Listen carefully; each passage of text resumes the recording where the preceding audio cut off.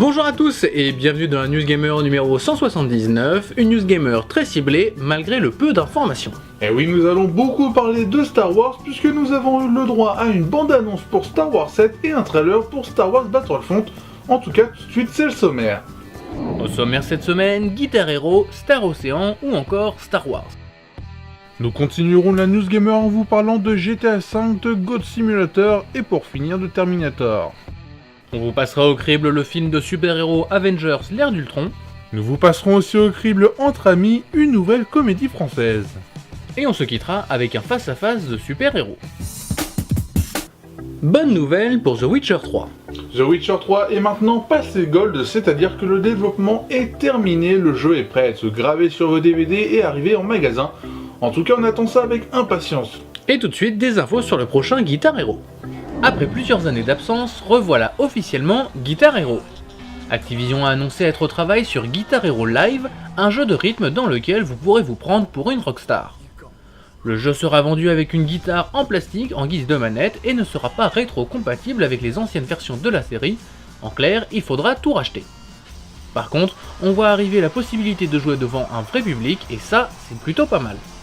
Prévu pour cet automne.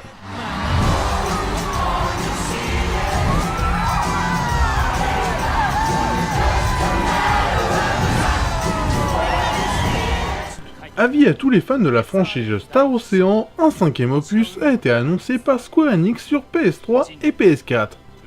Bonne nouvelle, cette suite est développée par Tri-Ace. Nous savons que l'histoire nous emmènera à 6000 années-lumière de la Terre et que 3 personnages seront présents, Fedel, Mickey et Lilia. Concernant le combat, Tri-Ace a décidé de garder ce qui a fait le succès de la licence, à savoir des combats en temps réel. Par contre, ne vous attendez pas à voir le jeu cette année dans votre magasin, le développement vient de commencer.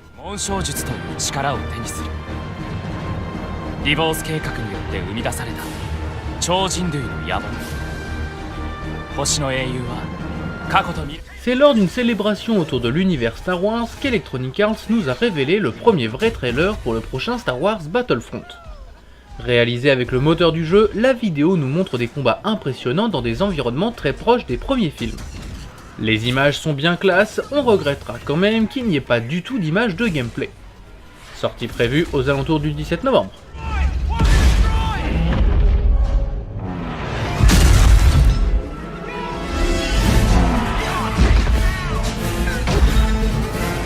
La Journée Collector's Edition sortira aussi sur PS4. Sony a confirmé l'arrivée de la compilation sur sa console next-gen. Comme pour la version PS3, la compilation contiendra 3 jeux de Zaz Game Company, à savoir Flow, Flower et Journey. Pour ceux qui possèdent déjà cette édition sur PS3, celle-ci vous sera offerte sur PS4. Bref, une bonne occasion pour faire ou refaire d'excellents jeux.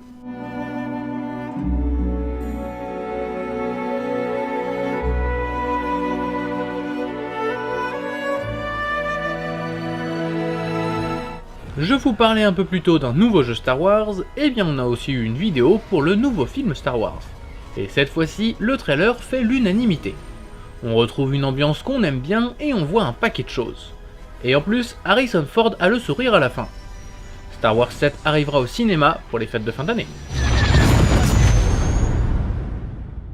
Chewie, we're home.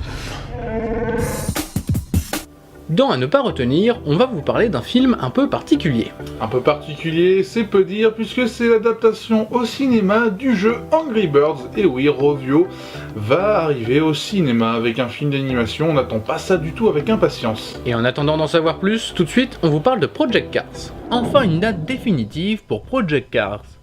Après vous avoir annoncé ces nombreux reports, nous sommes enfin en mesure de vous confirmer la date de sortie du jeu, puisque le développement est officiellement fini. On n'y croyait presque plus.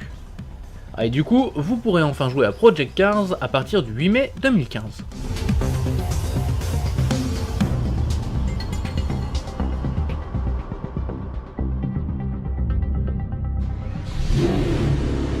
C'est bon, GTA V est enfin sur PC après de longs mois d'attente. Le plus drôle, c'est que certains joueurs se plaignent déjà ou détruisent déjà le jeu en le modifiant. Entre des insultes à l'encontre de Rockstar et des mods pour faire pleuvoir des requins sur la ville de Los Santos, on ne sait plus où donner de la tête. C'est quand même triste de voir ça. Et après, ça se plaint parce que certains jeux ne sont pas adaptés sur PC. Pitoyable.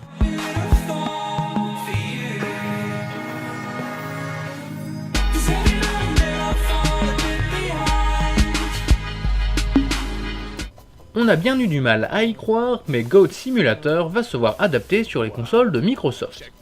Ce jeu débile dans lequel on contrôle une chèvre va donc très sérieusement arriver sur Xbox. On ne voit pas bien pourquoi, mais après tout, nous ne décidons pas des informations qui nous arrivent. Whatever. And you can get a jetpack and fly around or something. Yep, it's out there. I mean, it's gonna be out there. This April. Yep.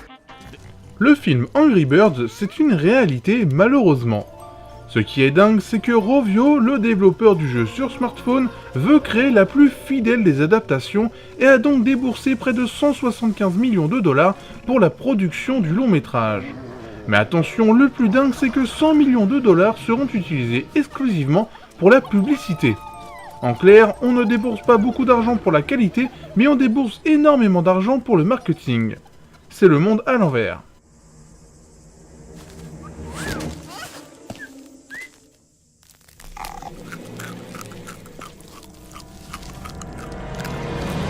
Un autre film très attendu s'est montré cette semaine, Terminator Genesis. Malheureusement, les mauvaises impressions du premier trailer se sont confirmées avec une avalanche de clichés, de clins d'œil permanents au premier film et une utilisation massive et assez ratée d'effets numériques. Il nous en faudra bien plus pour nous convaincre. The machines tried to rig the game. Send a Terminator back to the time before the war to kill my mother. I'll go back. Let me save her. Cette semaine, la seule sortie jeu vidéo est une réédition de Tropico 5 sur PS4, on vous passe donc au crible deux films, Avengers 2, l'ère d'Ultron et Entre Amis, mais vous pourrez aussi aller voir au cinéma Caprice ou Broadway Therapy. Avengers l'ère d'Ultron, c'est un film qui rassemble à nouveau les super-héros dans un scénario explosif, et Entre Amis, c'est un film qui rassemble énormément de comédiens français. Le monde affronte une terrible menace et seuls des super-héros peuvent le sauver, c'est Avengers l'ère d'Ultron. Comme à chaque fois avec les films de super-héros, le casting est dingue. À la réalisation, on retrouve Joss Whedon, l'homme qui a été derrière la caméra du premier Avengers, ou encore de beaucoup de bruit pour rien. Concernant les acteurs, les célèbres Robert Downey Jr., Chris Evans, Mark Ruffalo, Chris Hemsworth, Samuel L. Jackson, Scarlett Johansson et Jeremy Renner reprennent leurs rôles respectifs. Une armée d'ennemis extraterrestres nous a attaqués par un trou dans l'espace. Et on se trouvait 100 mètres plus bas. On est les Avengers. Avec ce nouveau volet des aventures des Avengers, on retrouve la recette exacte de leur succès, de l'action, des effets spéciaux et quelques blagues. On repassera pour l'originalité, mais le film se présente comme un divertissement à gros budget, et c'est ce qu'il est. Au moins, on ne peut pas être déçu. Il n'y a qu'un chemin vers la paix. Comme avec tous les films de super-héros, le scénario ne vous fera pas réfléchir très longtemps. En reprenant le comics originel, Avengers 2 parle d'une intelligence artificielle qui s'est donné qu'un seul but, éradiquer la race humaine. Le groupe de super-héros est donc appelé à la rescousse. La ville de New York va encore connaître un passage très douloureux dans son histoire, mais c'est déjà prévisible. Les Avengers l'ère d'Ultron remplit très bien son rôle de divertissement et mérite bien la note de 4 vaches sur 5. Alors en avant, et battez-vous. On s'en tirera sûrement pas tous. Je n'ai rien de prévu demain soir. Pour oublier vos problèmes, rien de tel qu'une comédie française comme Entre Amis. Entre Amis possède un bon casting purement français. Derrière la caméra, on retrouve l'ancien humoriste Olivier Barou. Pour ceux qui ne le connaissent pas, dans le monde du cinéma, c'est lui qui a réalisé On a marché sur Bangkok et Mais qui a retué Pamela Rose. Concernant les acteurs, Entre Amis réunit des amis, à savoir Daniel Auteuil, Gérard Jugnot, François Berléand, Zabou Bretman, Mélanie Douté et Isabelle Gélinas. Je suis désolé, tu la connais.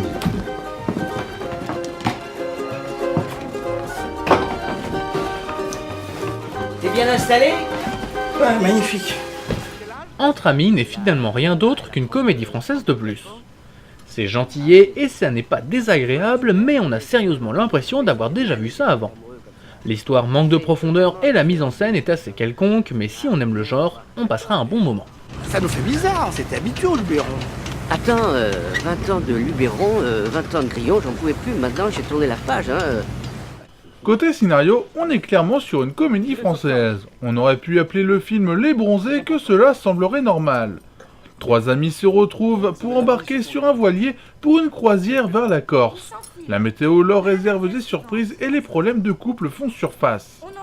Tout le monde va devoir s'expliquer sur quelques mètres carrés.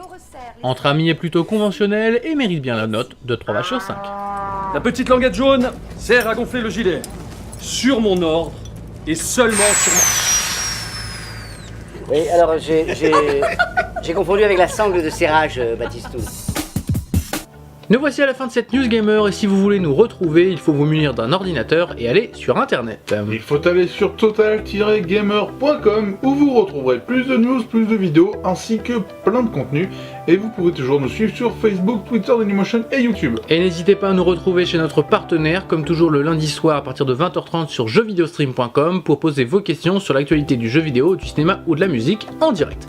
Et on se quitte avec ce qu'il fallait voir Batman vs Superman Dawn of Justice. Batman se combattra contre Superman avec Wonder Woman, en tout cas un film qui rassemble plusieurs super-héros de DC Comics. Ça fait plaisir, on voit Ben Affleck dans son rôle, enfin bref, un film qu'on attend pour 2016. Et la bande-annonce est plutôt classe, c'est déjà pas mal, on espère que vous avez apprécié et on vous dit à la prochaine. Salut.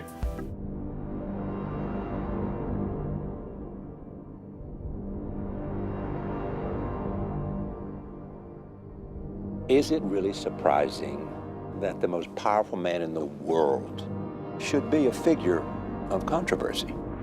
We, as a population on this planet, have been looking for a savior. We're talking about a being whose very existence they are not telling us the truth. Challenges our own sense of priority in the universe. Human beings have a horrible track record of following people of great power. Power corrupts, and absolute power corrupts absolutely. Chaos. Maybe he's just a guy trying to do the right thing. We know better now, don't we? Devils don't come from hell beneath us. They brought their warrior. No, they come from the sky. The world has been so caught up with what he can do that no one has asked what he should do.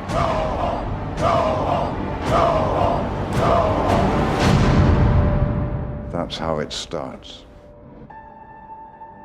The fever, the rage, the feeling of powerlessness that turns good men